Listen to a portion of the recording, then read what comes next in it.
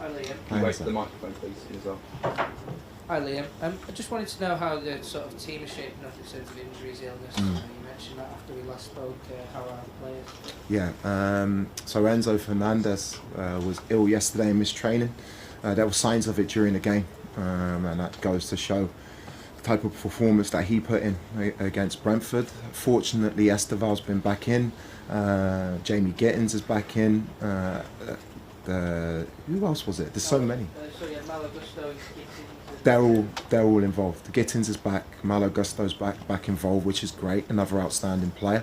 There's a few coughs. They're working really hard. Like I said, it's not just at this club. Many clubs at the moment at this time of year, you're going to get that, and it's about making sure the players are right for the game tomorrow. Kieran. Hi Liam. Hi, Ken. Can I just get you, in your own words, just to tell us what it means for you to be managing the Champions League match? Because I imagine that since you came into coaching, it's long been a dream. Yeah, I think your dream, as whether you're a player or a coach or a manager, is to be at the very top of the game. The Champions League is a signal of that. It's not about me. It's not about me or my ambitions. I'm proud to be here, like I've said before. My focus is on winning the game. My focus is on being successful here. So I'm preparing the game like we would for any game to make sure we put in the best performance to give us the best chance of winning the game. Gary. Hello again. Hi. You've been around football enough to know this is the time of year where you have to field plenty of transfer questions, particularly when you're a Premier League head coach. There's a lot of talk linking you to Jeremy Jacquet, obviously from the French League. You'll know him well. What can you tell us about that? You'll know about me. I don't speak about players at other clubs until something is agreed with any player. I think it's so disrespectful. If I was a manager of another team and a manager speaking about my player, I wouldn't be a happy person. So whether it's true or whether it's not, I will speak about that at the right time. With Axel Disasi back in the fold, certainly when it comes to training with his first team teammates, is that a factor? Would he be available, training again to be sold? No, my decision on Axel, I had a really good meeting with him a couple of days ago. Wanted to catch up with him, see where he was in terms of his career. I said to the players, it's one thing saying things, it's another thing living that. I said to the players when I came in, it's a clean slate for everybody. So it was only right for me to have a conversation with him. Really good conversation. I got to know him really well.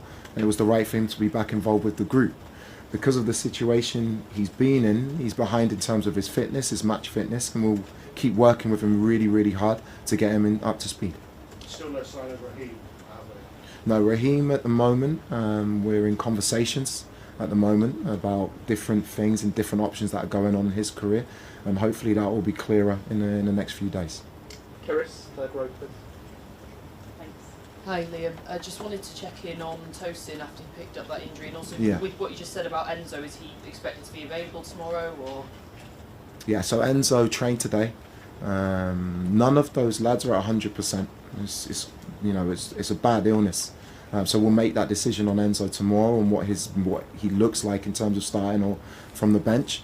Unfortunately for Tosin, there's something in his hamstring which is going to rule him out for the next few weeks. But I can't be more precise with that at the moment. Peter, just at the back, please. Hi Liam. Hi, Peter. We're going to speak to Liam Delat, I think, shortly, and obviously you worked with him at Hull. I know you've spoken a little bit before about him, but I was just wondering, now that you've worked with him for a little bit, I know he was ill, but compared to when you were coach at Hull, how have you seen his progress? What kind of player is he now compared to then? And what does he need to do now to really kick on at Chelsea? Yeah, I've been delighted, not just with Liam, with a lot of the players that I've worked with through my career. When Liam moved to Ipswich, we were watching every game. Not just him, Jacob Greaves, Jayden Philogene. I like to keep a track of the players that I've worked with, and it was so good to see him perform at the level that I really believe he was capable of in the Premier League. So it did not surprise me at all to see him come to this club and move up a level again. And the great thing for Liam, with his age, with his potential, with what I know he's capable of, it's exciting because he's got so much more to come. But in terms of working with him at Hull, I'm not surprised at the level he's got to in a short space of time. But he also knows with me, I'm going to keep pushing him to keep improving. And if he can do that, and I'm very confident he can, he's going to have an outstanding career. Jacob. Hi Liam. I'm not sure if you've seen, there's been quite a lot of reports in Europe over the last few days talking about PSG, Real Madrid wanting Enzo Fernandez this summer. Obviously he's already looked really important for you in your first few games, so I just wonder what your reaction is to those suggestions. It means nothing to me. When you're a world-class player, an outstanding player, there's always going to be speculation that you can't control. What I've said about Enzo on record is the case. Been outstanding in the time I've worked with him, and he's even surprised me in a good way in terms of what he did on Saturday to be ill. I know it was his birthday, but to be ill and cover the ground that he did, the way that he's trained and the way that he's performed. I'm speaking on the realities of the situation, which is he's a Chelsea player. He's very, very important to me, and I think we're going to have a really, really good, hopefully winning relationship moving forward in the short term and the long term. Dan, in the front here, please. Liam, how much of an advantage would it be to avoid playoff games in February, given you're coming in mid-season and you're literally just playing games, recovery, maybe 1 or 2 training sessions and then another game? Yeah, it would be optimal. It would be great, especially when you're a new manager coming in. You want those training days so you can imprint a little bit more. But the most important thing is getting through. That's what's important. So tomorrow we focus on the game. Pafos is not an easy game. They're still in a position where they can qualify. Analysing them, they have strengths in terms of the way Albert has put the team together that we have to be aware of, but we need to go out and perform really, really well and not think too much about how important it is to miss out games. The most important thing is qualifying. And one of those strengths, if he's fit, will be David Luiz. I wondered how much you'd whether you'd played against him, because you're not much older than he is, and whether you come across him and what you think he's brought to the David, over his career, has had an outstanding career. Obviously, he's had successful times at this club, and I'm sure he's working really, really hard to be fit to play in what would be a really important game for him. Analysing the last game, I think he came off. I don't know how serious that is, but I think for him, he would love to play in this game and perform really well in it. Rob, in the middle, please.